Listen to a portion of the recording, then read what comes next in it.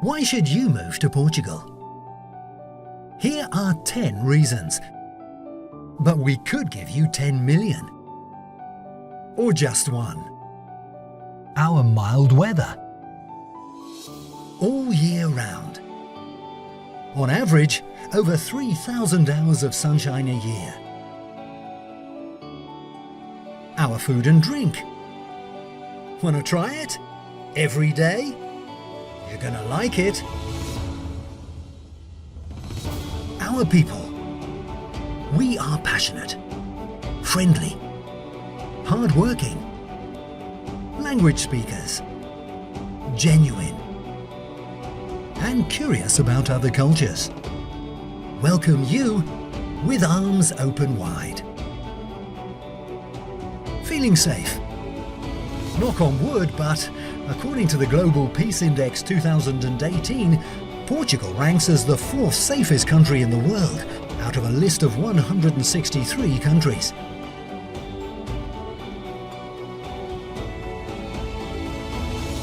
Our diversity. Greater Lisbon. The Silver Coast. Greater Porto and Douro. The Alentejo. The Algarve. And of course, the Azores and Madeira. Quality of life. According to Expat Insider 2018, Portugal ranks 6th out of 68 world destinations. First among European countries. About 8 out of 10 people feel at home here.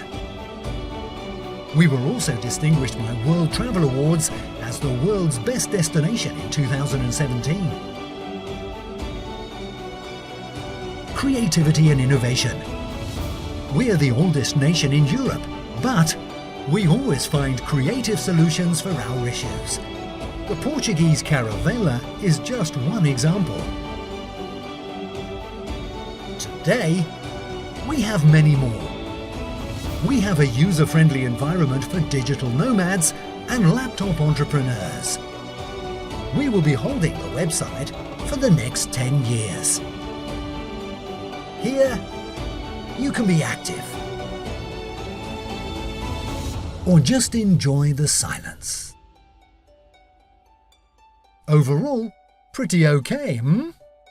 Come and join us and find out for yourself. Welcome to Portugal.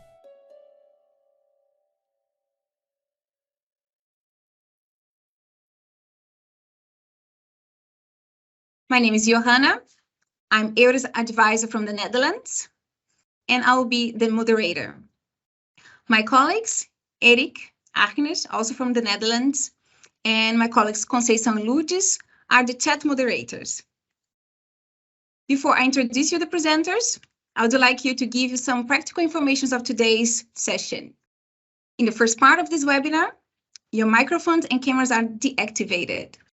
This session will be recorded for availability to those who are unable to join us today. And this recorded version will be on our EURES YouTube channel. The link to this recorded video and the presentation will be also shared with you by email in the end or in the beginning of next week. We'd love to hear and read your questions. You can place them in the chat and our colleagues will try to answer them. Or you can ask them yourselves during our Q&A session. And this will be placed at the end of this webinar. Now I'd like to introduce you to today's presenters, Ana, Guilherme, and Maria José. Welcome, thank you, and enjoy it. Hello, everyone. Welcome to Portugal. Well, we're still a bit far away for now, but I can tell you that we're facing a little bit of heat here, so 25 degrees today, just to tease you. So we will be having from our end, from Portugal, we will be having myself, Ana Margarida. I'm in Lisbon, so that you know. Maria José is in the Alentejo, in Évora. And Guilherme is up in the north, in Porto. And other colleagues are in different other places, in Sintra, for instance, Conceição. And Lourdes is as well here in Lisbon. So that you have an idea. We are a network spread all over the country. I don't know, Guilherme and Maria José, whether you want to give a little word? Yeah, maybe I could try present myself and Maria José as well, so she starts. Okay, I'm Maria José. I'm a youth advisor since 1994. I'm a youth advisor in Évora. And welcome to our section. Enjoy. Guilherme? Nou, hallo, mijn naam is Guilherme. Ik ben EURES advisor in Porto. Ik spreek een klein beetje Nederlands, maar natuurlijk niet genoeg de presentatie te maken of te doen. En daarom spreek ik in het Engels, oké? Ik wens jullie een fantastisch webinar. Well, Wow. I understood almost everything, but Well done. please don't expect all Portuguese to speak a little bit of Dutch. Guilherme is our wild card here. But so here are the topics we will try to cover today during the webinar. So you've been able to watch a little video introducing a little bit Portugal, our culture, our regions, so that you have an idea on the country. I believe many of you, as far as we could see from your questions, you already know a little bit of Portugal. You've been here. You already have some concrete ideas on places you'd like to visit and maybe stay. But in any case, we would try to share a little bit of information with you on Portugal and its labor market, the most recent trends, on how to find and apply for a job in Portugal, about learning Portuguese. Many of you have asked about fast ways to learn Portuguese, about living and working conditions. So we will share a few tips for you. We also had a few of you asking about some information about how to start up a business. We won't go that much into depth about it today, but we will share with you some information and also a few links after the session, and about the main tips or the things you should consider, you should not forget when moving or returning to Portugal, if this is your case. So some of you, for instance, if you're Portuguese by origin, you may equate the return to Portugal for some reason. There are some supports you can find, and we will talk a little bit about that as well. On a second part, we will have a guest company, Citel. Company will participate with Neuza. She will join us a little bit later. And she will introduce the company recruitment needs and what they have to offer. And then we will have the question and answer session. And by this time, we will open up your possibility to use microphones and cameras as well. For now, since you are a big number of participants, just so that you have an idea, we're a little bit more than 60 at the moment. You are a little bit more than 60 from your end. This is why we do it this way, because in order to ensure that everyone has a good experience in terms of communication, so that the connection is not lost, let's try to keep it this way. And then if you still have questions by the end of the presentation, we will get back to you and we will give you the opportunity to share them with us in live voice. We'll also introduce you to our event, which will take place on November the 22nd. So let's talk about it later. And finally, how to reach us all, both EURES the Netherlands and EURES Portugal, how you can ask us further questions or ask for further advice on your project, your moving project to Portugal. Okay, so I would pass on to Maria José then. Thank you, Anna. Okay, some facts and figures about Portugal. So, Portugal, as you know, is situated in extreme southwest of Europe. It's a country that has the oldest borders in Europe. In fact, it's a nation with nearly 900 years old. It has an area of approximately 92 square kilometers, with 5 regions in mainland and 2 islands as autonomous regions, the touristic well-known Azores and Madeira. Its capital is Lisbon, situated just a few hours away from any of the other European capitals. Has about 10 million inhabitants, of which more or less half of them are active population. Its population density is 112.2 inhabitants per square kilometer. Like in Netherlands, the euro is the currency. The official language is Portuguese, one of the most spoken European languages in the world. It's a parliamentary republic, and its gross domestic product is 74% of the European average, according to 2021 data. Regarding Portugal labor market, according to the Portuguese Public Employment Service, EFP, in the first 8 months of this year, about 310,000 people are unemployed. Of this, about 10% would be under 25 years old, as those looking for their first job. Therefore, the bulk of unemployment was recorded among those who have been employed for more than a year. Regarding our companies, most Portuguese companies are small and medium-sized, but they represent about 70% of the employment. Commerce and services represent 67% of the private employment. Comparing the Portuguese unemployment rate with that of the Netherlands and the European average, we can see it's similar to the European average itself, but that stands out from the Dutch regarding to youth unemployment. The most critical recruitment needs by Portuguese employers are in these areas: customer service, which their contact centers and shared service centers, ICT and digital, like IT engineers, content reviewers, so on, healthcare sector, medical doctors, nurses, elderly care assistants, and tourism and HoReCa, chefs, cooks, kitchen helpers, waiters and bartenders, hotel receptionists, and agriculture, namely fruit picking, strawberries, blueberries, for all country, but mostly concentrated in Alentejo and Algarve. In these needs sectors, please be aware, with the exception of customer service, in which the most popular languages are English, French, German, Spanish, Italian, and also often Dutch, and in the most of the ICT sector. In the remaining sectors, the Portuguese is the main language.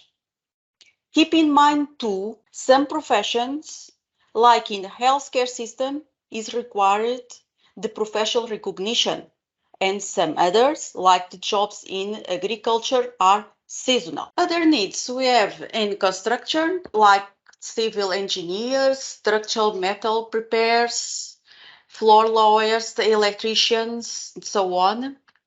Industry, electric and electronic equipment, tool makers, metal finish, so on, and transports and logistics, like all Europe too, I think, heavy truck and lorry drivers, and other air condition technicians, telecom engineers, butchers, forest laborers, and so on. We have some unemployment and sales and marketing and management, sales and marketing managers, managing and operation analysts, advertising and marketing professionals, administrative area, tourism and HoReCa, travel consultants, hotel receptionists, and human science, psychologists, social workers, personnel and career professionals. Some unemployment. 2. Domestic cleaners, sweepers, and so on, personal services, transports, and agriculture. Some agriculture, but mixed crop and animals producers, gardeners, horticulture, and nurses, growers. Back to Anna. Thank you. Thank you, Maria José. So basically, we have shown you the areas where you can expect to find a job in Portugal, the first 2 slides, and the second part, where we have some unemployment, it will be more difficult for you to find a job in Portugal. It doesn't mean it isn't possible, but you should bear that in mind when you start searching, because if we already have unemployed people in Portugal, of course, it won't be that easy to find a job. Okay, so how can you find a job in Portugal? Of course, it's probably not that different from what you would do in the Netherlands, maybe with some nuances, with some specificities. So nowadays, of course, we mostly resort to job portals. And you will see we have plenty of them. Of course, we have a national job portal, and we also have our EURES website.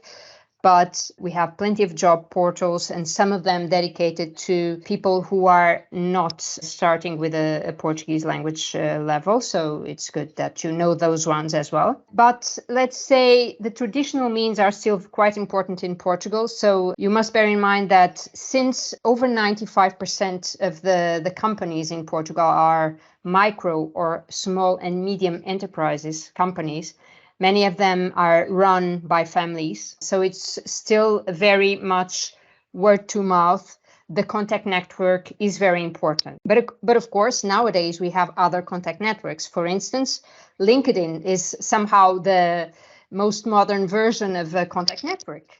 Because of course, if people get to know you beforehand, even if it is only in a social media like LinkedIn, they have a little bit further information about you. So it's easier to choose you. So it's also good that you invest on making connections, even on social media, even on LinkedIn, with employers in Portugal. Bear in mind, and I know that in the Netherlands, LinkedIn is working quite well. In Portugal, the presence is not as strong, it's not as mainstreamed as in the Netherlands, but still we have over 35% of our companies with a company page on LinkedIn. So it's good that you invest on that as well. Of course, we still have national and regional newspapers, the on-site version, but also these newspapers, many of them have themselves a job bank online. So you could also use some of those. And of course, the biggest companies or the medium-sized companies also have their own application forms in their own websites. So you could eventually also use that possibility to apply, either to introduce your spontaneous applications or to apply to specific positions. Bear in mind that some companies, Facebook is still quite popular in Portugal, even though it's decreasing in popularity. So there are a lot of companies as well with a presence on Facebook, increasingly as well on Instagram, promoting themselves. For instance, a company who is with us today also has a presence on Instagram. And we are also using quite a lot job fairs. Of course, with the pandemics, on-site job fairs have stopped for a while.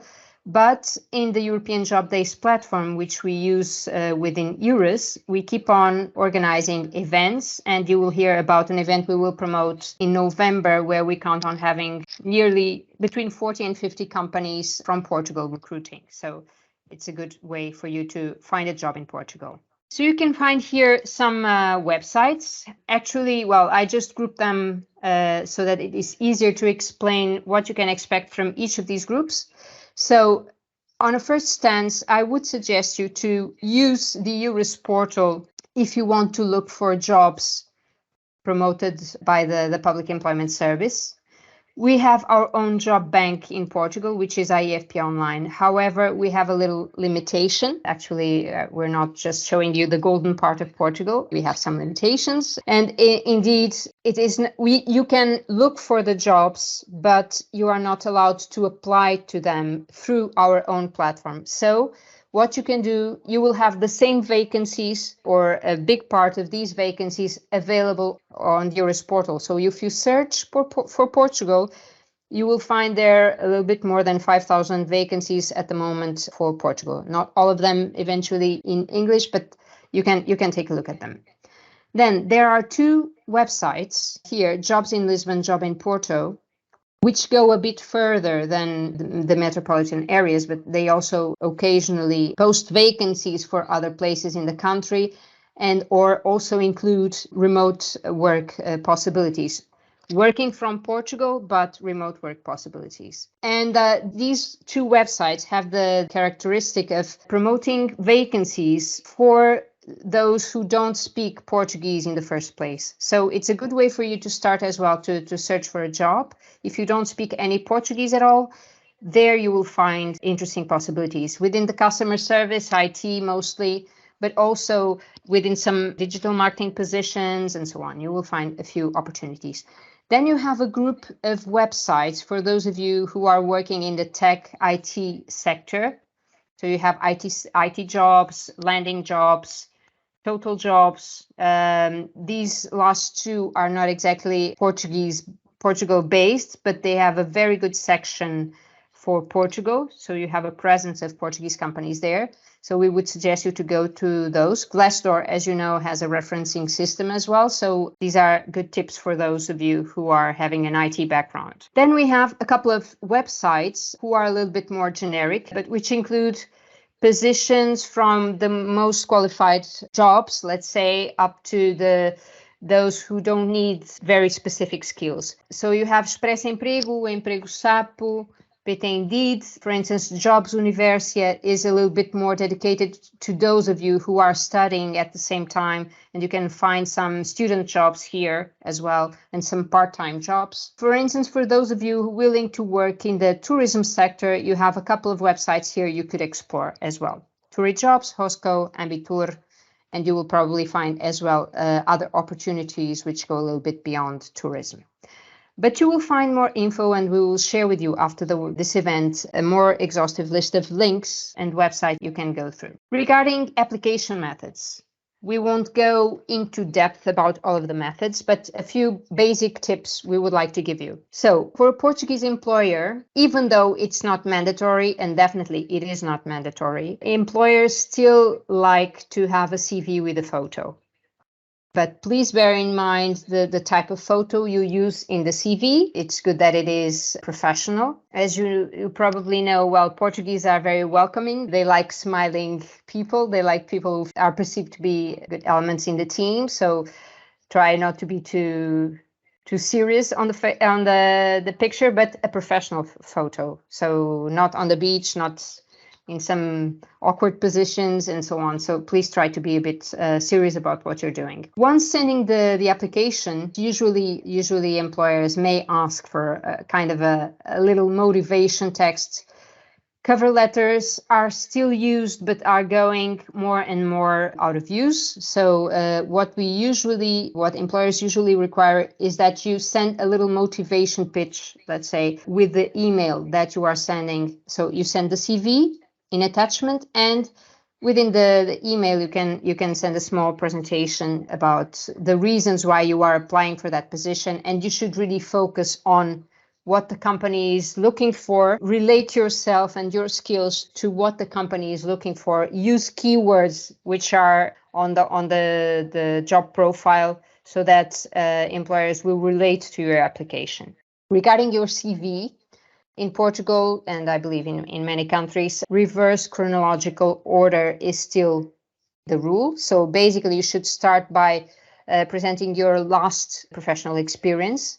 Or if you have had experience in different sectors and you think those sectors are relevant for your application, you can group the experiences by profile or sector. Okay. Still, bear in mind that, as in many other countries, and I believe in the Netherlands as well, short is beautiful. So 1 to 2 pages maximum. Try to have it concise, structured. If you don't speak Portuguese or you don't write Portuguese, of course you can give it a try, but maybe better to write a CV in English. For those positions, we would advise you to apply. Usually the employers understand English, so they will for sure go through your CV if your profile interests them. And in Portugal, there are a lot of employers who are still accepting and are using Europass CV. So you could use Europass as a reference. No big worries about that. We know that Europass is not being used in every country in Europe, but in our case, it's still very much used.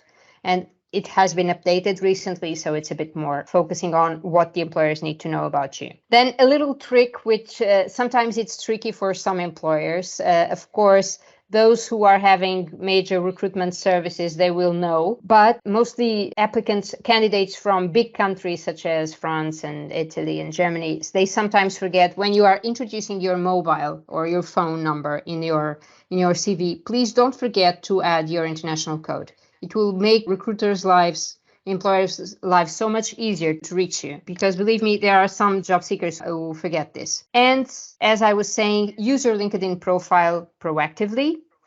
Usually, since the CV has to be short and should be concise and related to the position you are applying for, including the LinkedIn profile as a link in your CV may be a way for the employer to get to know a little bit more about your profile. So you could use this, and make sure you have a Skype or a Google Meets or a Teams account, because most of our employers who are recruiting internationally nowadays are recruiting via video conference, video chat. If you have a Skype account, at least for this one, you should have a username, so eventually you can also include it on your CV. These are some of the companies recruiting. I could add a few as well within the tourism sector, hotel mostly. Probably I will do so when we send you the presentation, but so that you know some of the names which are recruiting, you can also take a look at their websites. And I believe that's it for now. So I would pass on to Guilherme if there are no questions. So as Anna was saying, it is important to know the country's language. We're moving abroad. In Portugal, that is also true. We are a very friendly country, warm people. We try to communicate with the foreigners. We always try to make us understand, to understand the others. So don't worry, even if you don't speak Portuguese that well, you won't have a lot of problems in Portugal. But when we are talking about working, that's somehow different. So learning Portuguese is a concern, and we should do that. We can do that two ways: on-site or e-learning. On-site, you can do it in your own country, in the Netherlands. I'm sure there are some language schools who teach Portuguese, that teach Portuguese there. You can also look for in the Portuguese communities. There are also ways to learn Portuguese there. There are schools, language schools. Sure, but in your own country, you must know it better than I do. In Portugal, you can also learn Portuguese. Here, we have, of course, a lot of language schools. We have also some institutions that are responsible for teaching our language. And speaking of our language, I would like to tell you that Portuguese is spoken for almost 260 million people. That's a lot of people. So if we can speak, you also can. Portuguese is the 9th most spoken language in the world, and the 3rd or 4th most spoken in the European Union. Okay. Regarding the native speakers, we are the 5th most spoken language in the world. So if so many people can speak Portuguese, so can you. Regarding these institutions, as you can see there in the screen, you have Instituto Camões e da Língua. Yeah, Camões, Instituto da Cooperação e da Língua. This is the institution responsible for teaching Portuguese abroad.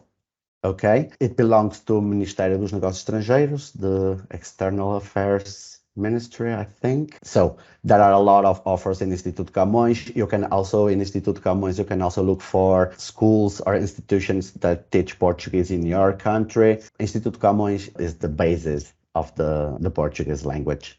Okay, as an institution, of course. Then you have ACM, o Alto Comissariado para as Migrações.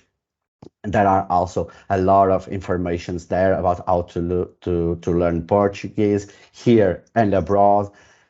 So you won't face any problems. The CAPEL is the institution responsible for the equivalences, okay, as of the Portuguese idiom. So if you have any knowledge of Portuguese, you can certify it through CAPEL.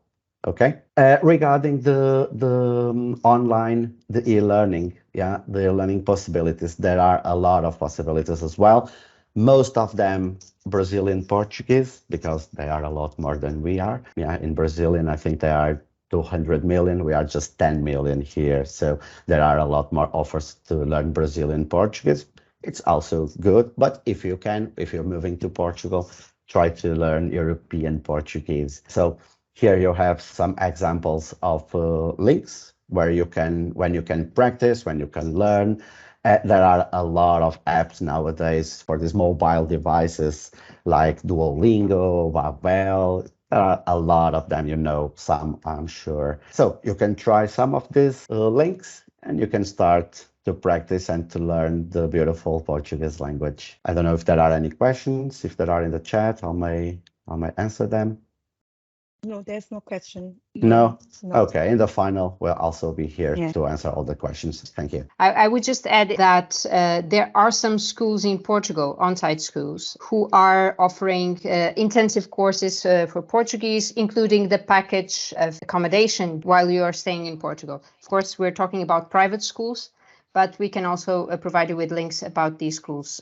Now we move back to Maria José. Actually, it's me, sorry. It's Anna, of course. Okay. We ask you for an apology, but really, if you have a question, try to use the chat. Otherwise, we start getting into very detailed questions right now, and then we won't be able to cover everything. And then you can ask your questions in live voice by the end of the presentation. Is that okay? So let's hope it works this way. Capo, Conceição, please. But in any case, we will share the links afterwards. Okay, let's move forward. So let's go forward to one of the most difficult parts of the presentations. Basically, what we would like to tell you, and many of you have asked when registering, you have shared with us a few questions, and you asked us how to handle the differences in wages. Actually, it may be a bit difficult at this point. Actually, wages is not the reason why you would like to move to Portugal, I must admit. But you also should bear in mind, if Portugal is your option, maybe you shouldn't compare too much with what you would be earning in the Netherlands. Of course, it will be quite different, but it's possible to live in Portugal with the wages we live. It's not always easy, but we can handle. And as you can see, we have quite a few people who are at least happy enough to live here, and we have a lot of other things to offer, so bear that in mind. But so that you have an idea, yes, the minimum wage in Portugal is this amount of money that you can see there, 705 euros per month. But please bear in mind, it doesn't improve that much. But in Portugal, we pay 14 months per year. So you have 12 months based on the 12 months of the year. So you have a wage per month. And then before the summer break, if you have summer holidays, you will have a holiday bonus, which is equivalent to 1 month of wage, and for Christmas the same thing. So you should, in order to have an idea on what would be the annual package, you should multiply by 14 months. Okay, and as you can see, there's also a huge range and a little bit of inequality between the different levels of positions within a company. So you can see that a manager on average, because of course it will depend quite a lot on the companies, but a manager may earn 3 times what an apprentice or a trainee would earn. I don't know how it would be in the Netherlands, but here it's what happens. And also there is a gender bias. For similar positions, sometimes, unfortunately, we notice that males are earning a bit more than females, women.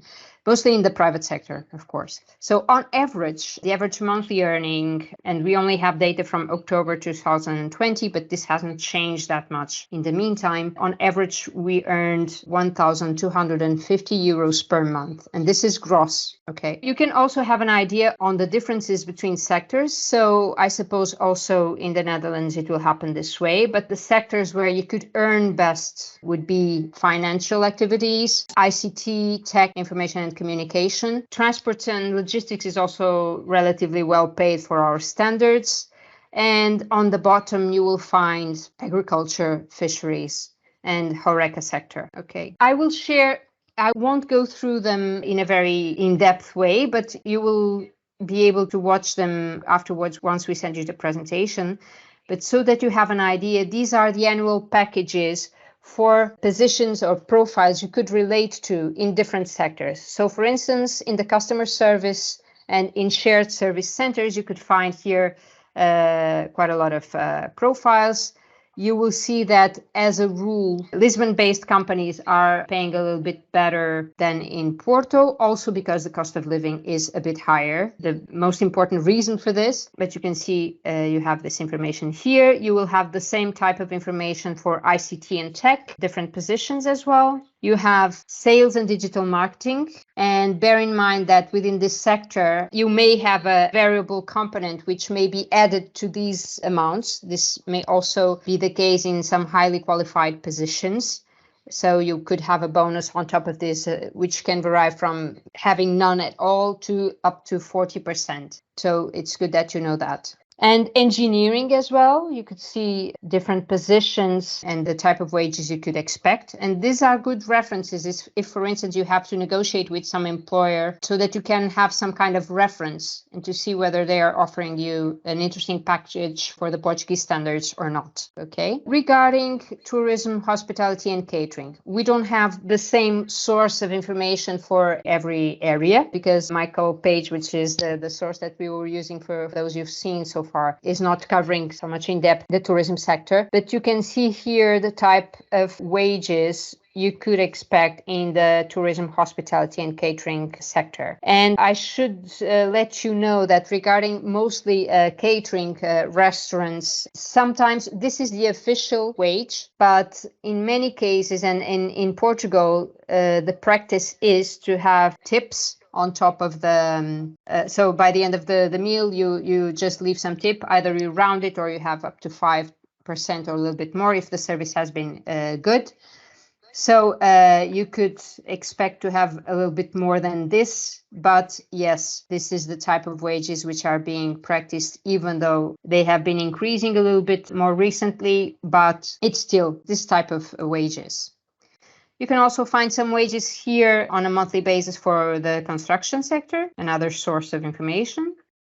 And I would go now to some of the questions which you were asking on the chat. So regarding taxes and social security and so on. Regarding working conditions, what is our labor law foreseeing? As a rule, for private employers, we have a working week of 40 hours. Of course, depending on the sectors, you might have a little bit more or a little bit less. For instance, in the public administration, at the moment, we're having 35-hour working week. We have as a basis, 22 days of holidays per year, annual leave. Eventually, in private companies, according to the private labor law, there could be an addition of a few days to these 22 based on, for instance, if you haven't been absent during the whole year, if you haven't had any sick leaves and anything, you might earn up to 3 more days.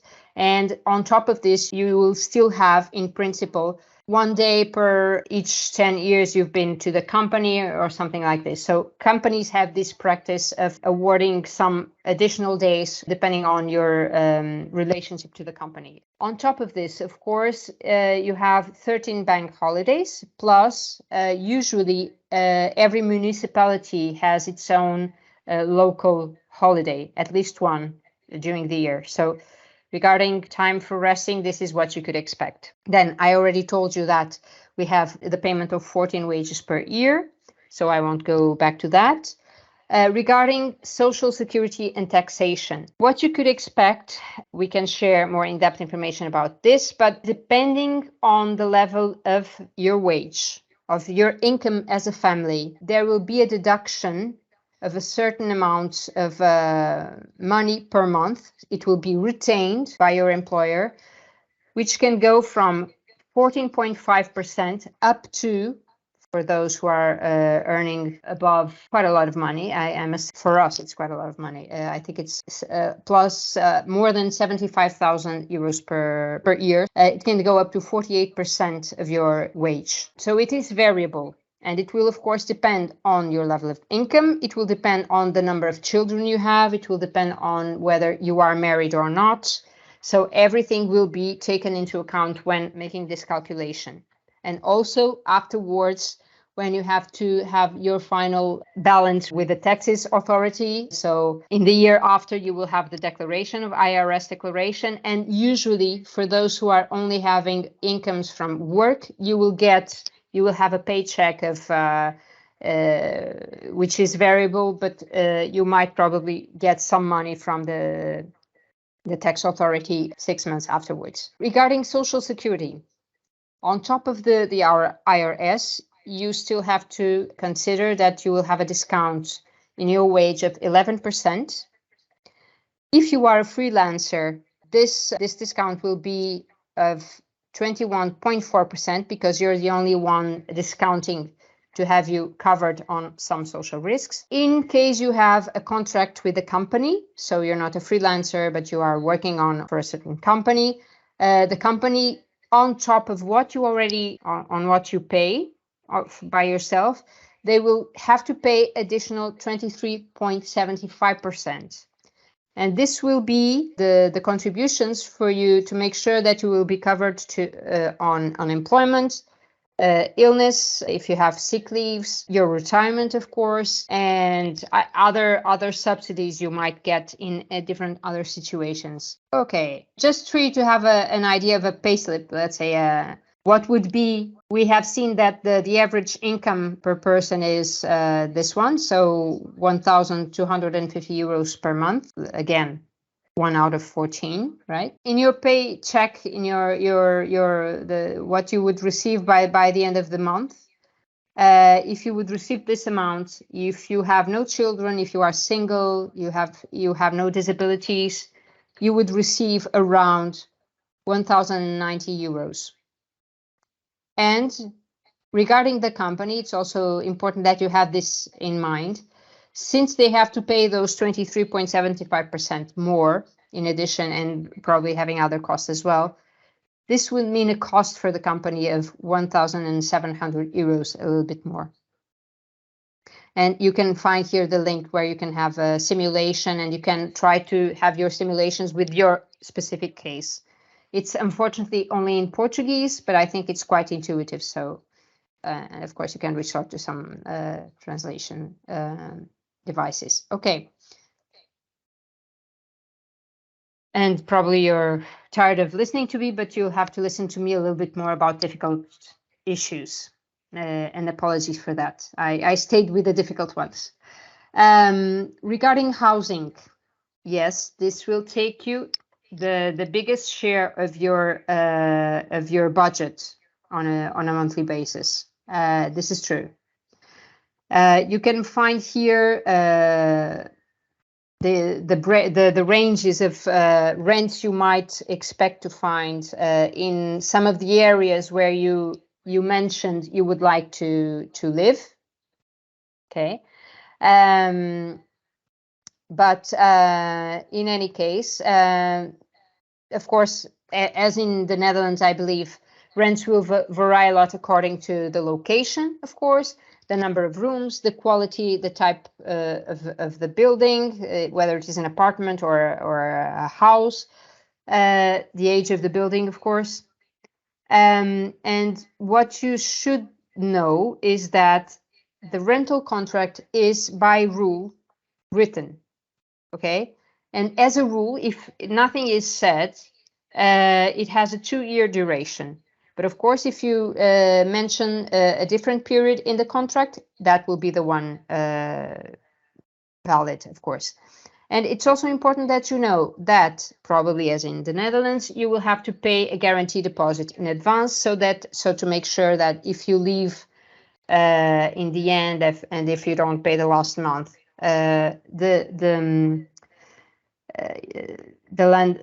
owner will have a coverage of that amount. We will share as well several links with you where you can find some offer for accommodation. Just commenting with you that now at the moment, September, October, we are having the integration of university students in the main cities. And actually, we've heard several news from Lisbon, from Porto, also from the Algarve, but mainly from these two greater cities, that it's really very difficult at the moment to find accommodation for reasonable prices. So this is really something you should bear in mind when moving to Portugal.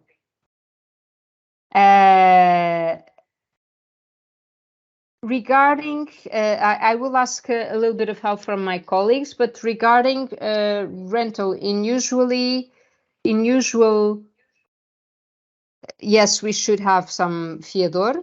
It's true. If there is a way to avoid it, I don't think it's, yeah, I think it's very, very similar to what you have in there. But in any case, some owners may be a little bit more understanding, but yes, the guarantees are important. Of course, buying a house is completely different, and in that case, it's really very important to have a fiador. In terms of rent, eventually there could be a little bit more flexibility. Still, it's true that sometimes it's something difficult. Okay, moving forward, you can find some typical costs. Here we will share also these links with you, but some ideas on what could some of these things cost in Portugal. And I believe some of these are a little bit more, well, for the Greater Lisbon and Greater Porto areas, but still you can see costs are not that low. I could say that eventually, sometimes we have a package of internet and TV and phone, which makes it a little bit more affordable than in maybe a few other countries in Europe. So I think regarding internet and telecommunications, we're not that bad. Regarding the rents, yes, it's not that easy. As you can see, if you decide to, for instance, go and work remotely in another region of the country, you will find a few areas where renting a house is much lower prices than in Lisbon and Porto and in the Algarve. So, for instance, you can see in here, even though it's also very difficult to find places, but the Alentejo is lower, the central region is also lower, and of course the islands in the Azores, which is a pretty beautiful archipelago in the middle of the Atlantic, it's also a little bit less expensive. You could also find as well a few living costs. You will see this afterwards, so I won't go through it, but you could have some idea. Regarding entertainment, you can also have some ideas on what could cost a dinner for two or tickets to the movies. You can have an idea here. So for instance, if you have one ticket to the movie, will be around €7 per person. And just trying to have an overview and not to, I'm sorry, I have to share this with you. We are informing you. Just like, let's try and see, okay, so in the end, you have €190 in your pocket.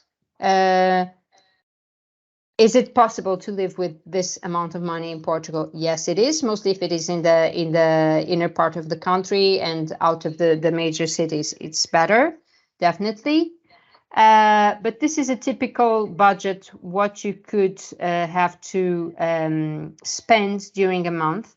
And as you can see, there is not a big margin for savings with this type of wage. However, some of the countries which are recruiting, and for instance, ITEL will mention that sometimes are offering as well some support in the accommodation when you arrive. Eventually, you may have shared apartments, which may make it a bit easier for you to get integrated, and then you will find the best solutions for you. And definitely, working remotely from Portugal, but working remotely is starting to be a good option in terms of cost of accommodation. It is, for now, we have some electricity and the gas are still a little bit controlled, the costs, so it hasn't risen yet as much as it will probably rise. But for a single person, I must tell you, well, regarding gas, I don't spend that much. I usually have a bill of around €10 per month. for now. So yes, regarding that matter, it's still, but of course, it's possible that it will change in the near future. Okay. So as you can see, of course, you won't have healthcare expenses every month, but this would be the possible amount. Some of you have asked as well. About setting up a business. Martin, we don't have it by heart. We could inform you afterwards about the average price in terms of gas, electricity, cost of water, but at least for what we could be able to see for a single person, this would be possible. Exactly. And Lourdes is suggesting as well for you to take a look at Idealista, at Expatistan, the amounts we are showing you here. You can see here, for instance, this is for a specific, actually heating, for instance. Most of the houses in Portugal don't, the ones who are being rented, we don't have central heating because usually our temperatures do not require that we have central heating. Some of the upper class, let's say, houses may be having air conditioning, but it's not the rule in every house. So probably you'll have some houses where this money is not spent. Okay. Regarding going back to setting up a business. Okay. Just letting you know.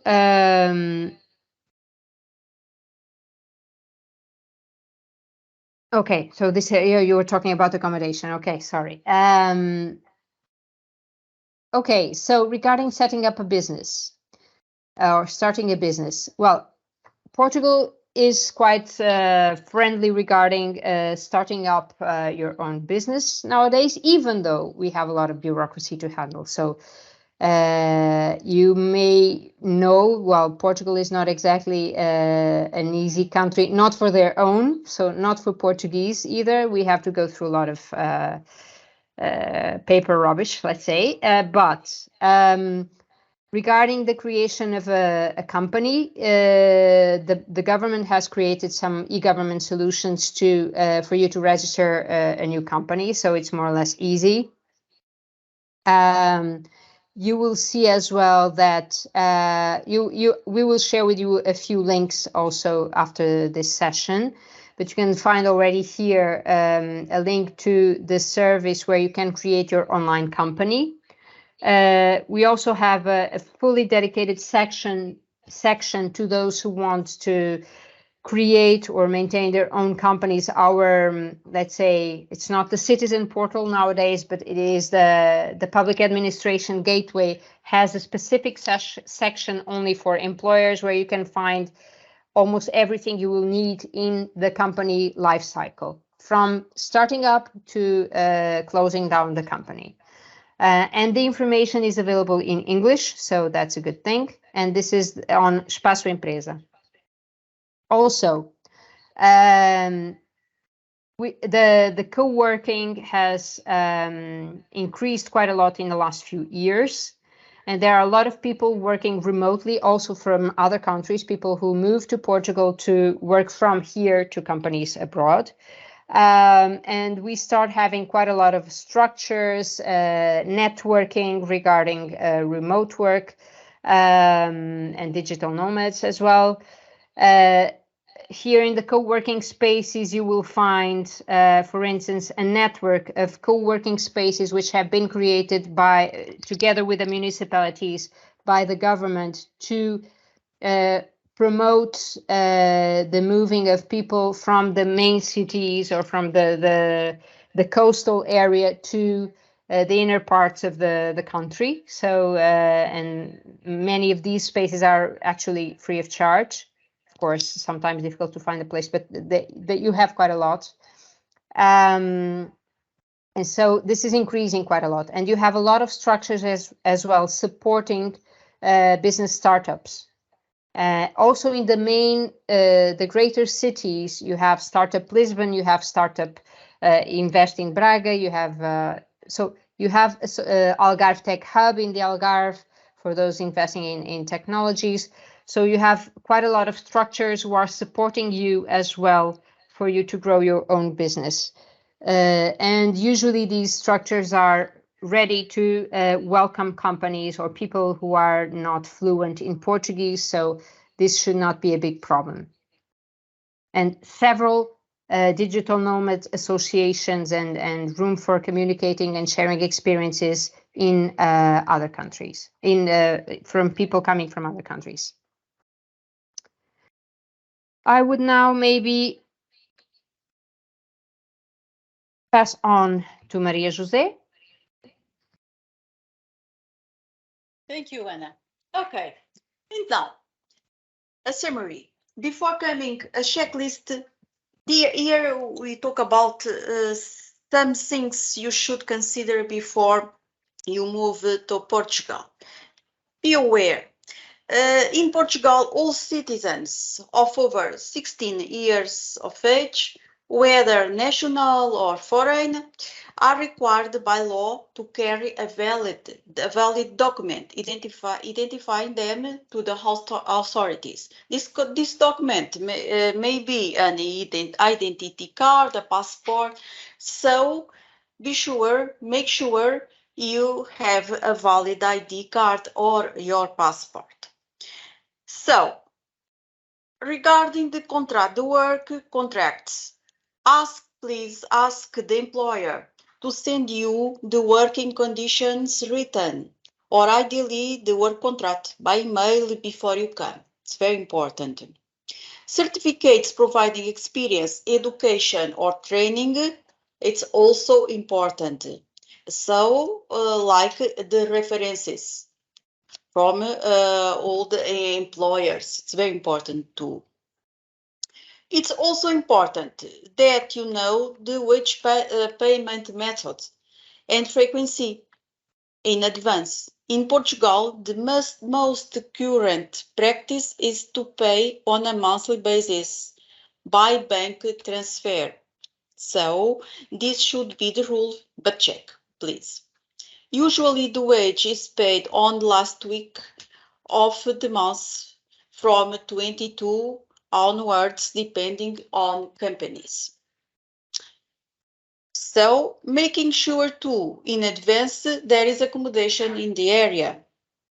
And you have for the first, it's important you carried with you at least for the first few days until the registration in the Portuguese Social Security. It's important to bring it with you the European Health Insurance card. So enough money, of course, to remain in Portugal until first wage payment or eventually go back to your country. The target mobility schemes. The European Commission have some support, financial support to movers, to which supporting travel expenses, to interviews, relocations, language courses, academic and professional recognition, among others. Please contact your EURES advisor in the Netherlands to see more than what is this and how to candidate these supports. And please, I forget the control. Okay, thank you. Honorable administrative procedures. Okay, one of the first things you should do when arriving to Portugal after have fixed accommodation is to get a proof of address in the municipality. Only after you have this can you take care of your fiscal number, which is essential for you to be able to sign your work contract. to open a bank account and to take care as well of the social security number. About the social security number, this registration at the social security authority is normally done by your employer. Registration at the healthcare service too. And if you plan to stay for longer than 3 months, register yourself and eventually your family, if they bring with you, with the local authorities.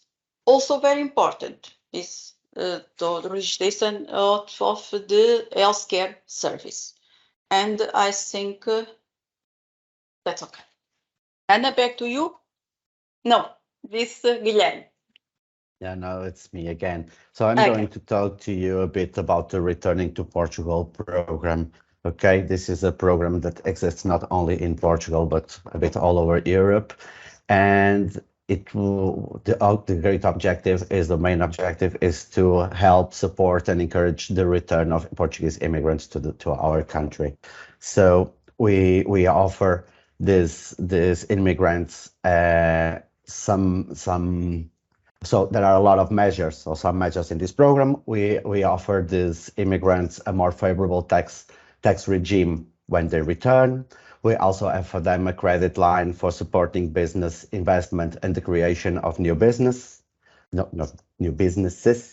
Yeah.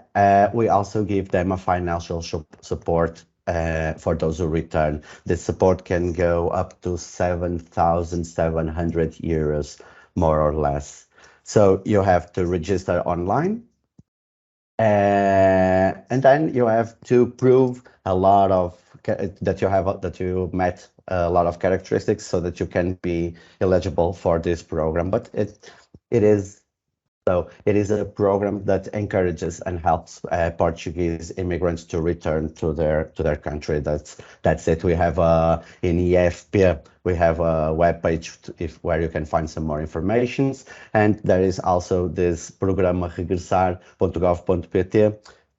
This is the main website for the returning program, and you can find there a lot of information about this program. So I think it's not important to talk a lot about this because you are Dutch people. There are some Portuguese here as well, but if they want some more information, you'll receive the PowerPoint, so you can find there more information, and you can contact us if you want to know some more about the Returning to Portugal program. And back to. I think this would now be the time for us to stop for a while from our end, and maybe ask for Neuza from Citel to share with us her experience, and also to talk a little bit about Citel's recruitment needs and what you have on offer. Neuza, maybe you could start getting introduced. Hello. Hi. Well, just to start to say who I am. So hi, my name is Neuza. I work for Citel for one of our campaigns. I will get into my experience with Citel in a bit, but I work for them already for around 6 years. So I do have quite a bit of an experience with Citel. Okay, so I will start now with speaking Dutch, of course. Hallo iedereen en welkom. Mijn naam is Neuza en ik ga samen met jullie een kleine kijkje nemen in Citel, wat we zijn, wat we doen. En ja, ook een beetje over mijn ervaring. Oké. Als ik te snel praat of iets, laat me weten. Oké. Wel, we gaan beginnen bij het begin. Wat is Citel? Citel is een multiculturele outsourcingbedrijf. Waarbij wij veel projecten vertegenwoordigen, merken en bedrijven vertegenwoordigen. Onder andere in de customer service branche. Dus kortom, wat we doen is, wij zijn inderdaad een callcenter. Oké. Maar callcenters betekent niet dat wij alleen maar telefoontjes opnemen of maken. Oké. Wij hebben ook veel andere kanalen waarbij wij de projecten dus supporteren. Onder andere social media, e-mail, ook chats en ook heel andere back-office tasks die dan van ons gevraagd worden. Ja, we hebben veel projecten, zoals ik al heb gezegd. Veel projecten die al heel veel jaren bij ons zitten. Dus we zijn wel een heel stabiel bedrijf. Zoals ik al ervoor had gezegd, ik zit al bij Saito ongeveer al 6 jaar. En we zijn steeds meer en meer aan het groeien. We zijn ook steeds meer aan het groeien, ook in het spectrum van het globale, zal ik maar zeggen. Zoals jullie hier kunnen zien, we zijn al in veel landen vertegenwoordigd ook. Wanneer dat ik begon, was het nog niet zoveel. Nu zijn we steeds meer en meer aan het groeien. Dus ja, Saito is overal. Dus in principe zouden jullie zelf overal kunnen werken. Natuurlijk, wij willen dat jullie naar Portugal, of we zouden graag dat jullie naar Portugal zouden komen wonen. Zoals de presentatie daarvoor hebben jullie al een beetje kunnen meemaken hoe dat het is om in Portugal te komen wonen. Hoeveel dat jullie eventueel kunnen winnen en dit en dat. Oké. Hier bij ons. We gaan zo meteen eerst een videootje laten zien. Maar bij ons, voor bij Saito te werken, is het inderdaad required om in Portugal te wonen. Oké, jullie kunnen overal eigenlijk in Portugal wonen. In het noorden, in het zuiden, waar het jullie eigenlijk best willen. Want inderdaad, remote is hoe dat we nu aan het werken zijn meestal. Oké. Als jullie uiteraard zouden willen, zouden jullie eventueel wel uiteraard in het kantoor zelf kunnen werken. Dat is eigenlijk hangt het ook een beetje van jullie zelf af, wat jullie eigenlijk willen. Oké. Maar in principe kunnen jullie overal in Portugal werken. Thuis, gewoon en werken. We gaan nu dan snel een klein videootje laten zien. Oké. Dus ja, die ga ik dan eventjes laten. Oké. Dus ja, zoals jullie hebben kunnen zien in deze kleine leuke video. Ja, Saito geeft een grote mogelijkheid aan ons om veel dingen te kunnen doen. Dus zoals ik ervoor had gezegd, we zijn inderdaad een callcenter. En ik begrijp dat vaak, en ik kan ook eerlijk zijn, vooraleer dat ik bij Saito begon, had ik ook een beetje die stigma ook, dat werken voor een callcenter een beetje, niet zo aangenaam zou zijn. Enkel telefoontjes, een beetje, een moeilijke ambiance. Maar ja, dat is het totaal niet. Tenminste, mijn ervaring is niet zo geweest. Saito geeft de kans aan voor...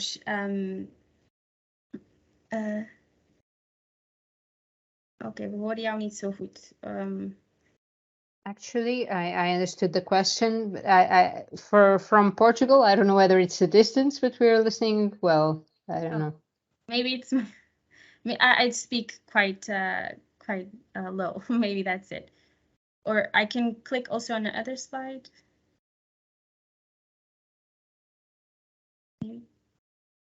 Okay, I will just continue. Yeah. Okay, goed. Is it just in Orca or is it no? Yeah. Oké. Ja, zoals ik dus aan het zeggen was, inderdaad, deze stigma van callcenter kan inderdaad wel een beetje zo, een beetje negatief overkomen. Maar ja, in mijn ervaring en eigenlijk met al de collega's die ik heb, is het totaal niet zo.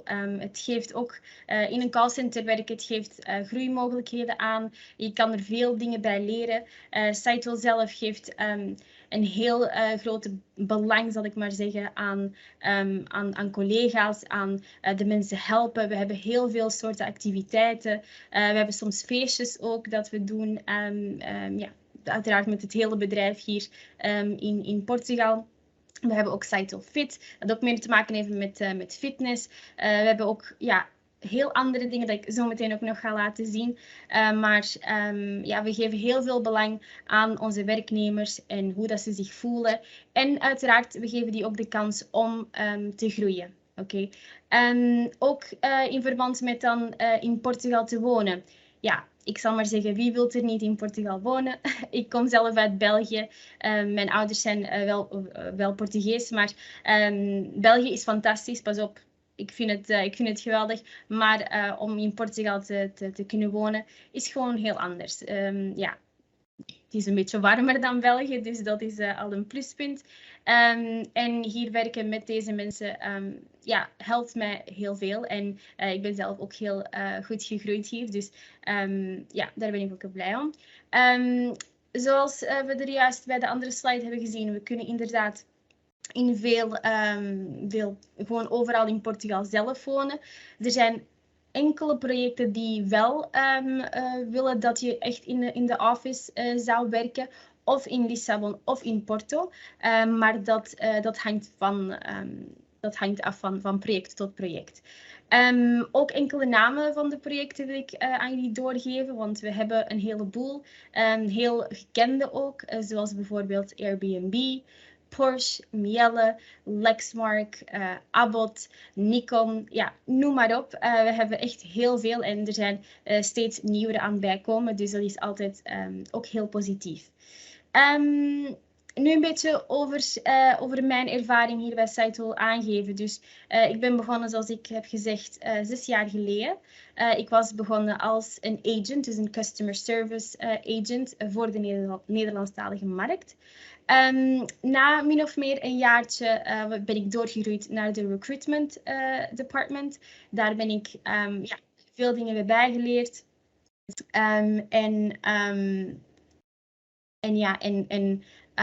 Heb ik gewoon veel dingen kunnen leren en mezelf ook daarbij kunnen aanpassen. Dan ben ik nog doorgegroeid terug bij een project, maar ben ik naar Quality Analyst gegaan en Product Specialist. Dat is meer iets met de Customer Service Agent zelf om hun te helpen bij al de calls. Dus ja, echt een meer verantwoordelijke rol met het project zelf, dus met een managementrol. Oké. En ja, en nu ben ik nog steeds daar, nog heel content daarvoor. En op dit moment ja, wil ik hier nog steeds blijven en ben ik nog heel blij om hier te werken. Ja, hier hebben we een kleine list van al de programs of alles dat Saito aan jullie kan of offert, zal ik maar zeggen. We hebben ook iets dat ik heel belangrijk vind, zeker en vast voor jullie, dat dan eventueel naar Portugal komen, is inderdaad onze welcome department, zoals ook bij de andere presentatie. Dit is een heel belangrijke, iets heel belangrijk dat we hebben, dat is inderdaad jullie supporteren met te zoeken naar de juiste accommodatie voor jullie op elk moment. Oké, het moet niet direct bij het start zijn, het kan ook als jullie al een paar maanden zijn of jaren. Als jullie het nodig hebben, is het welcome department daar voor jullie. We hebben ook accommodatiesupport, dus inderdaad voor de eerste maanden en zelf ook voor de vlucht en alles hebben jullie ook daarbij support. Oké, dus Saito die gaat dan samen met jullie in gesprek en zien wat er allemaal nodig is. En ja, we hebben verzekeringen ook voor de gezondheid, wat ook heel handig is. We hebben ook ook hier een programma te maken dat jullie helpt met financial en ook met mental health bijvoorbeeld. Dat is altijd wel een heel goed counseling program dat we hebben. Kan jullie altijd helpen wanneer het nodig is. Dus ja, ik zal maar zeggen, Saito is heel rondom, is wel heeft heel veel dingen die het jullie alles gemakkelijker kunnen maken en leuker kunnen maken om hier te werken. Dus ja, dit was het weten van Saito. Het is inderdaad een callcenter, maar het is een bedrijf dat als jullie willen, jullie kunnen blijven voor een lange periode. Jullie kunnen doorgroeien, nieuwe dingen bijleren, veel nieuwe mensen leren kennen. Want ja, dit is inderdaad een multicultureel bedrijf. En ja, we zijn allemaal gewoon allemaal hetzelfde hier. Dus ja. Nu wil ik jullie wel bedanken voor het luisteren. Ik weet niet of ik te veel heb gesproken of niet. Ik hoop dat het duidelijk was. Nu vraag ik voor, als er vragen zijn, stel ze alsjeblieft. Yeah, I see a question from Hillary. Oké. Hi, Hillary. turn on your microphone. Yes, my mic. Now you Can you hear me? Yes. Yeah. Thank you for the presentation. I'm so excited. But I'm 60 years old. Do I have a future with CTEL Group? Actually, yes. So it's actually I will give my team as an example. At my team, we have a few people that are still young at 60 years old, and they're working with us. So it's also possible if you wanted to change your life and come here and work for us. Yes, of course it is possible. We do not have any restrictions whatsoever when it comes to age. Of course not. Thank you very much. Not what we do. Thank you. Thank you very much, Hilary. Are there other questions? Yeah.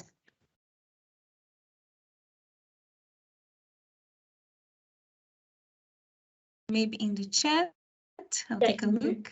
You can also write if you want. Okay. No question. Oh, now I see another hand. Inorca. The floor is yours.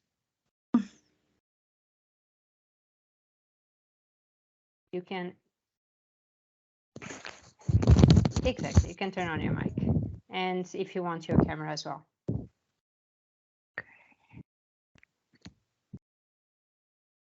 Hello.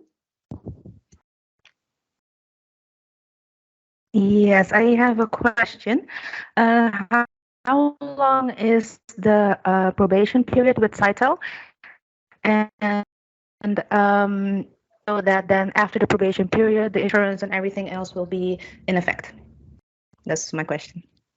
Can you just repeat the last part? Question? Yeah, the last Yes, part. of course. And so how long is the probation? Yes, the last part was if like the health insurance, dental insurance, etc., if that will be also effective after the probation period. Okay. So probation period is indeed 1 month. Okay. For the health insurance, I am just confirming, but I think it is 6 months, if I'm correct. So after 6 months, you will receive, yes, exactly. It is after 6 months, you will receive the health insurance card so that you can have go to the doctor, dentist, whatever. Yeah. Okay, thank you. You're welcome. Any more questions? Also, just a quick to go on that question. We also have, if anything medical related, we always have a doctor available on the site that can help you. Okay, if there's anything needed, and that is obviously of the company. And as I said, we do have this programs that also include medical assistance, well, medical just information if that would be needed. Okay, but indeed the health insurance is after 6 months, and it's a very good one. I got my braces for it, so yeah. Thank you. I see also a question from Joost. He would like to ask in the beginning. Now you can ask Joost. Thank you very much. Yes, thank you. I was trying to ask a question, but there was no possibility to mute myself. But I was wondering, I was reading on the internet that there is a kind of relationship between Portugal and the Netherlands, which could be beneficial for taxes, for income taxes. Do you know what I mean? And what are the conditions for such a thing? And unfortunately, I cannot answer that, but I am pretty sure that if you get into if you get into contact with CITEL, with the recruiters and everything, they will most definitely answer you to that question, and any others that you might have in that specific. And Anna and Dumas, what do you think? Do you know what I mean? I'm not so sure whether I know what you mean, but I will try to understand. Eu acho que é os reformados. It's for retirement. I don't. Do you mean about retirement or about of course, if you move to Portugal more than 6 Yeah. months, you will pay taxes as a resident in Portugal, right? Yeah. But as you probably know, we have or maybe you don't, but we have double. You won't pay in both countries, of course. If, for instance, there is an agreement between both countries, and you will only pay in that country where you are a tax resident. Regarding tax savings, which is regarding that matter, yeah, it's a more advanced topic, which maybe we're not that much of an expert. We could refer you to some people who are working with taxes, but we're not experts in at least tax savings. No. Okay, but there's nothing really special arranged between the Dutch and Portugal government that people can work more easy or more beneficial in Portugal from the Netherlands. I thought I read something about that, but maybe it's something has something to do with the retirement or so. At a certain point, it had something to do with retirement, yes. Yeah, so I'm not retiring soon. But nowadays, yes. I don't think so. Well, anytime soon, I think. But you're still far from that, I suppose. Yeah. Maybe Of course, that you can looks start good. planning long run, but yeah, not yet. Yeah, okay, that's a good Okay. observation. That's okay. Okay, thank you then. welcome. Good to have the answer. Thanks. Thank you. Thank you, Joost. Now we also have questions, two questions, one from Steven and the other from Boris. Okay, so can you tell me what the starter salary that title is the same? Can you read or do you want me to read, Nilza? No, I read it. Yes. Okay. So I would first answer Steven. So the starter salary at Seidel, it does not differ by age or experience. Well, it will depend, of course, on the position that you will be hired to. Okay, usually I'm just speaking about customer service agent. I think the base salary, I don't work at recruitment anymore for a few years, so but I think it's around 800, 900, the starters. But then there are other bonuses, for example, language bonuses that the Dutch market has. Also some other bonuses of the campaign itself that also adds with the quality that you have in the calls. So I see here a colleague answered is 900 plus 200 of bonus. So that is the starter salaries without the other bonuses that I was speaking about. I hope I answered correctly. Oh, thank you. Okay. I have also here then from Boris. So I was wondering if you could name some positive and negative experiences while living in Portugal. So, well, the negative experience, and I don't like to be negative, but it's true. It's a bit the part of maybe the salaries that are not that high, especially when you're living in bigger cities, like for example in Lisbon, where I live close by, because things do get expensive when it comes to housing. I think that's the biggest negative experience. Also, when I started, a thing that was a little bit negative was that a few Portuguese people, they don't really speak that well English. Now it's way better, I must say. A lot of people know how to speak English, but at the time they didn't, especially the elderly. And sometimes the communication between both parties can be a little bit difficult. But you know, some sign language and everything is good. The positive, well, I think it's kind of everything. It's the weather. Of course, I think that's a very generic answer, but it is the weather. The people are nice. If you have a good place to work at, as Seitel, for example, it's nice to go because people do get to be your friends, and you do get to have experiences with them. Actually, my best friends all come from Seitel, so I seem like I'm pushing Seitel too much, but it is true. But there's a lot more positive than negative, I can assure you. Another question from Inorke. I understood that the appointments. Oh, okay. To get the I believe that getting the NIF and the social security number, I think it is also Saito that that does that for you, that helps you with it. Actually, as I was saying, the welcome team they will assist you. So to give a little of an explanation on the first whenever you're coming into Saito, you have a first day, which is the induction day, and there's where you will have everything to do with every paper that you will need. Anything that you will need to do, you will do with Saito, and Saito actually also is going to accompany you if needed to things to certain departments. Okay, but Saito will help you with it. That's good. Yeah. Thank you for the answer. Thank you.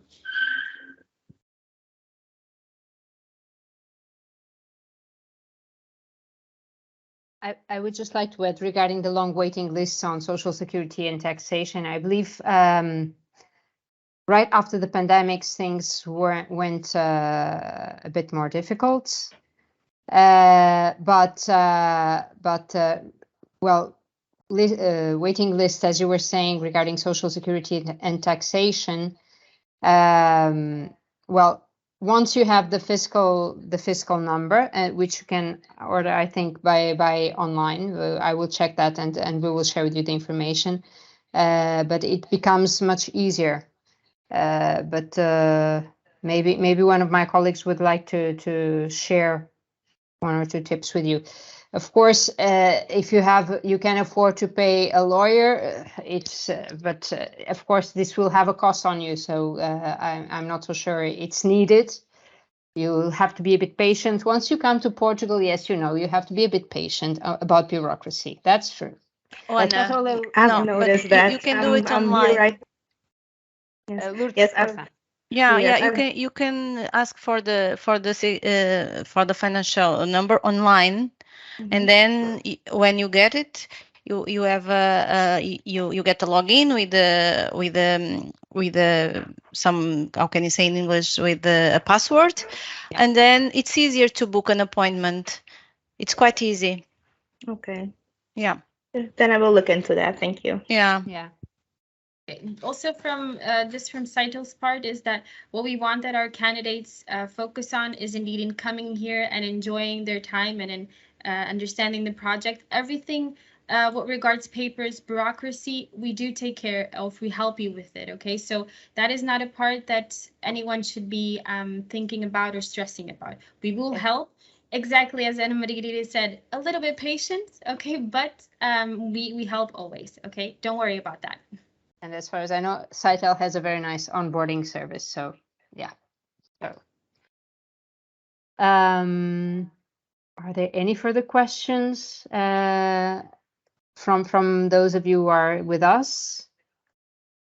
We can still share. I can see João there as well. Hi. I might, if there are no further questions. No questions for Sitel, no questions for us. I would still like to share a little invitation. Oh, in the VAT-free sector, how can you work in the VAT-free sector? So not paying taxes. This is a different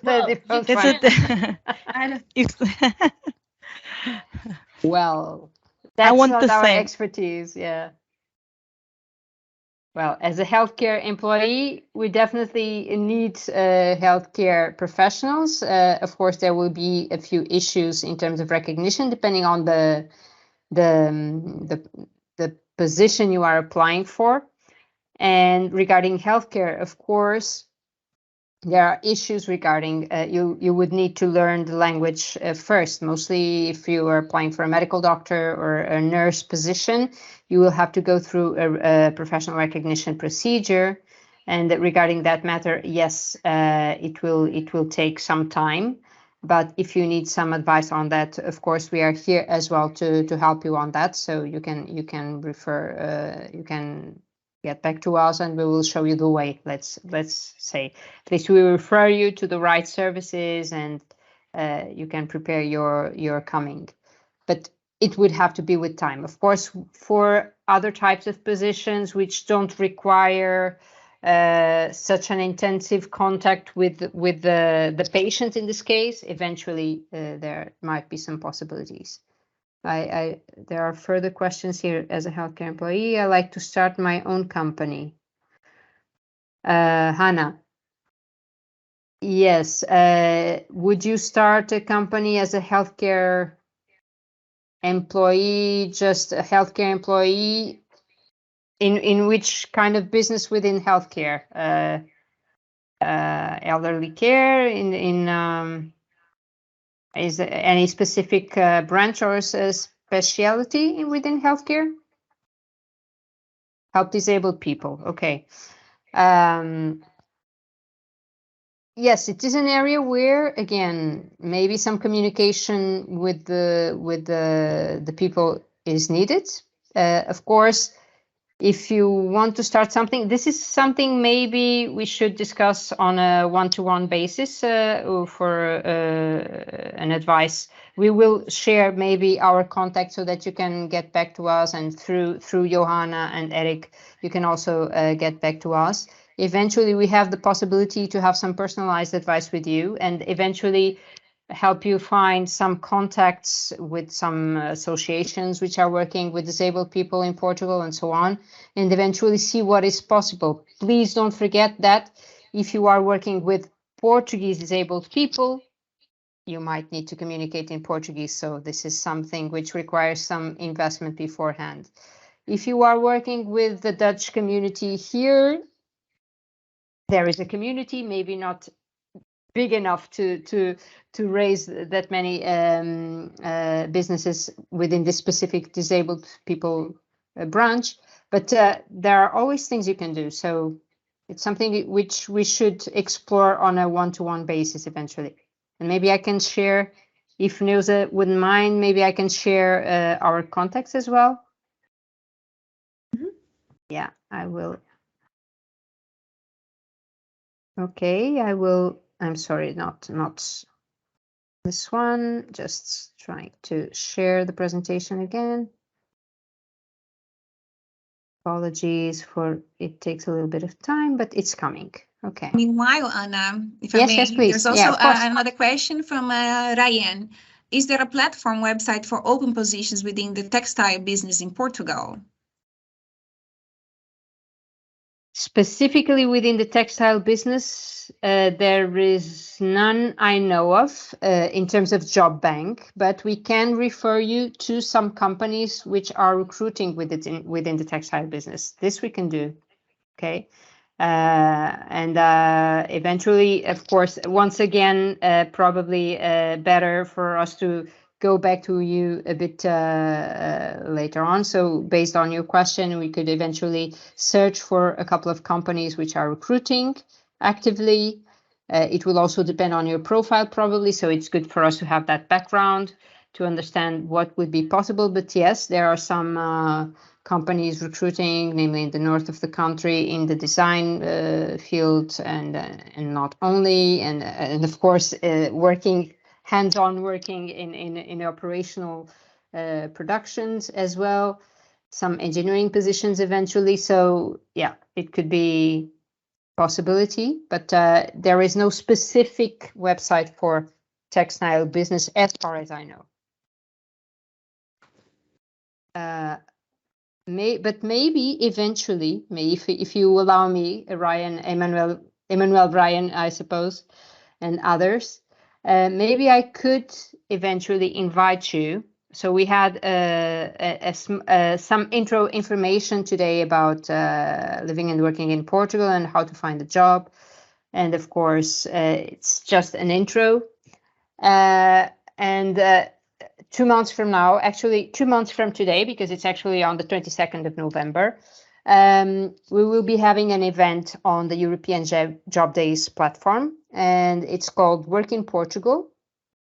And by then, we hope to have several companies, several Portuguese-based companies recruiting in different sectors.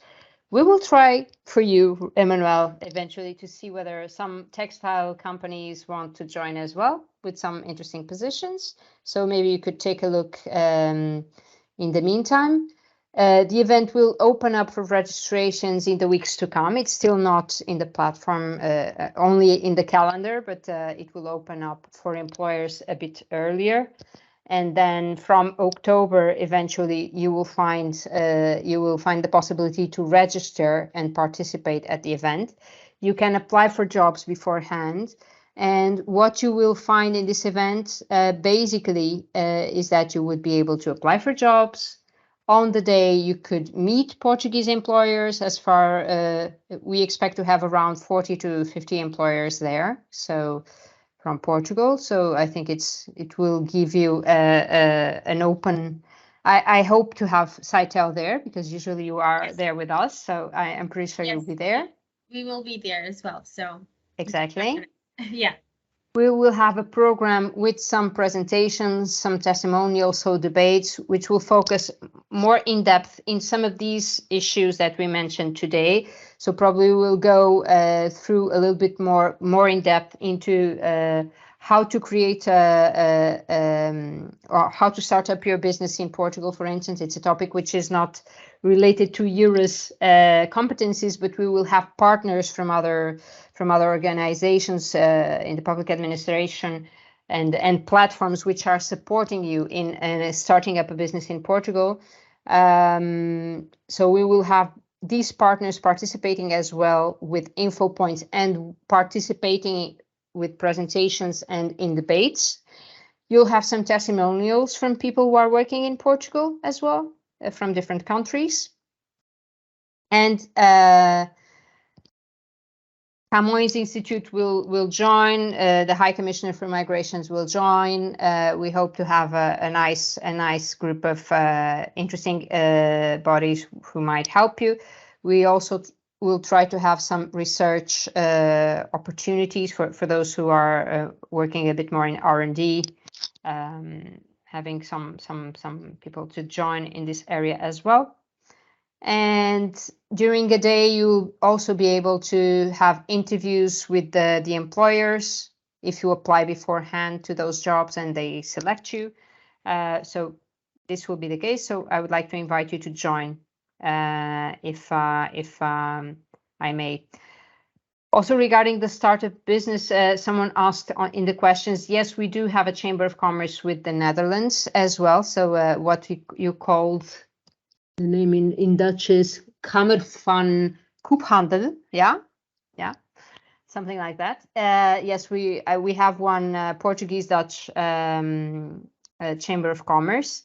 And as Conceição was sharing on the chat, and for other sectors, there may exist as well. Besides the job banks, there may be a few associations in those sectors, which might help you as well if you want to find something more specific in those This sectors. is the biggest association in Portugal of textile sector. So, and they have a lot of job offers at LinkedIn. And a lot of associates as well. Yes, yes. You can look up the companies and contact them. Yeah. So this, we were mentioning the event, but in the meantime, if you want to reach us, namely EURES Portugal, during all of the time, you can get back to us. We have our own website. It's a bit basic, but you will find the most important things in there. You also have a section called Work in Portugal, where you can find some vacancies, also the Saitel ones, for those of you who want to join us in Portugal. You can follow our activities on social media. As you could see, the video that you were showing in the very beginning, we also have a list of testimonials from people who are working in Portugal on a playlist on our YouTube channel. We will share with you also after this webinar. And at any time, you can ask us your questions by email. We have this generic email to which you can send us your questions. And we also have online services, a chat on Fridays, which is a bit more dedicated to short, quick questions. You can join a Portuguese EURES advisor by using this link, and we are available from the EURES portal from 11:30 to 1:30 your time in the Netherlands. And we also have a personalized advice service, on a one-to-one advice service. And for that matter, we have a little registration form where we ask you to identify what is your idea, what you would like to do in Portugal, and so on. It may still be only in Portuguese, but the questions are very easy. So you just need to, well, just share with us your contact data, and we'll get in touch with you to appoint a Teams meeting, one-to-one meeting. And if there are needs to follow up on you, this is always possible. But I would advise you to start from the Netherlands, because you have these two wonderful colleagues you can see here. Erik should be there as well, somewhere. So you have Johana van der Velde and Erik Boon. You can see him now. And you have their contacts there. So I would just pass the word to you, Johana and Erik. Yeah. Yeah, thank you, Anna. Yeah, indeed. All the candidates, if you still have interest to have more information on how to make the move to Portugal, Erik and I are here to help you with that, to give you more more specific answer, more specific questions, of course, with the help of our colleagues from Portugal. This then I think it will be the easiest, or you can direct contact them, or just get in touch with us by email. Exactly. Or if you are sending a message via the Werk Margarida, it's also possible. That thing that you said, yes. Yes, internal message via our system. In any case, just a very, very an advice I give you: if you decide to move to Portugal, please don't come without getting informed in advance.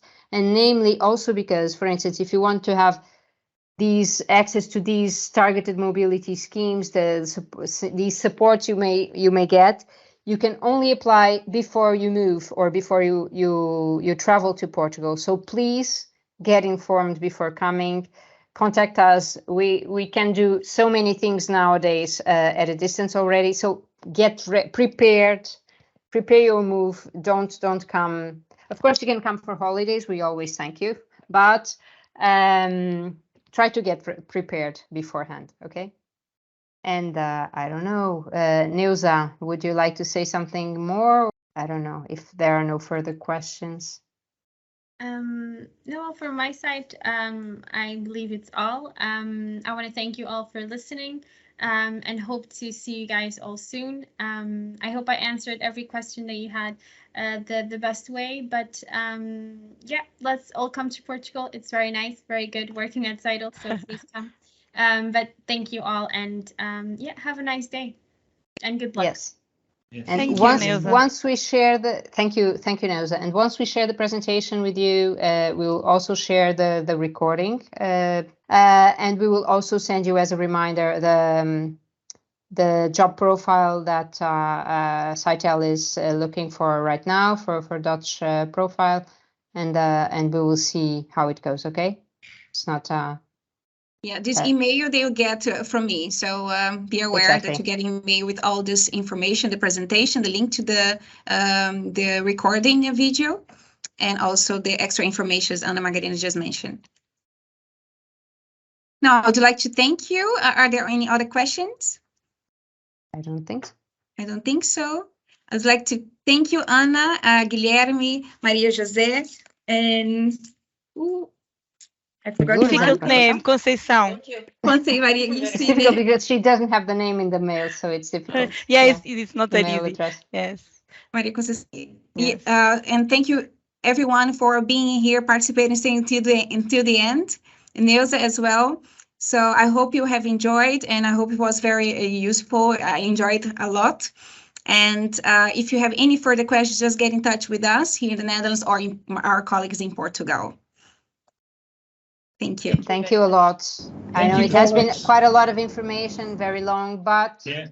we hope it has motivated you to En mensen, somehow. als jullie vragen hebben, je weet ons te bereiken. So this was Dutch. If you have questions, you have the address below. So please Contact get us. in Exactly. touch. Yes, definitely. Obrigada. Não. Yeah. Obrigada Fine. a todos. Have a nice day. Obrigada. Thank you. Thank you, Joana. Obrigada. Bye. Obrigada. I will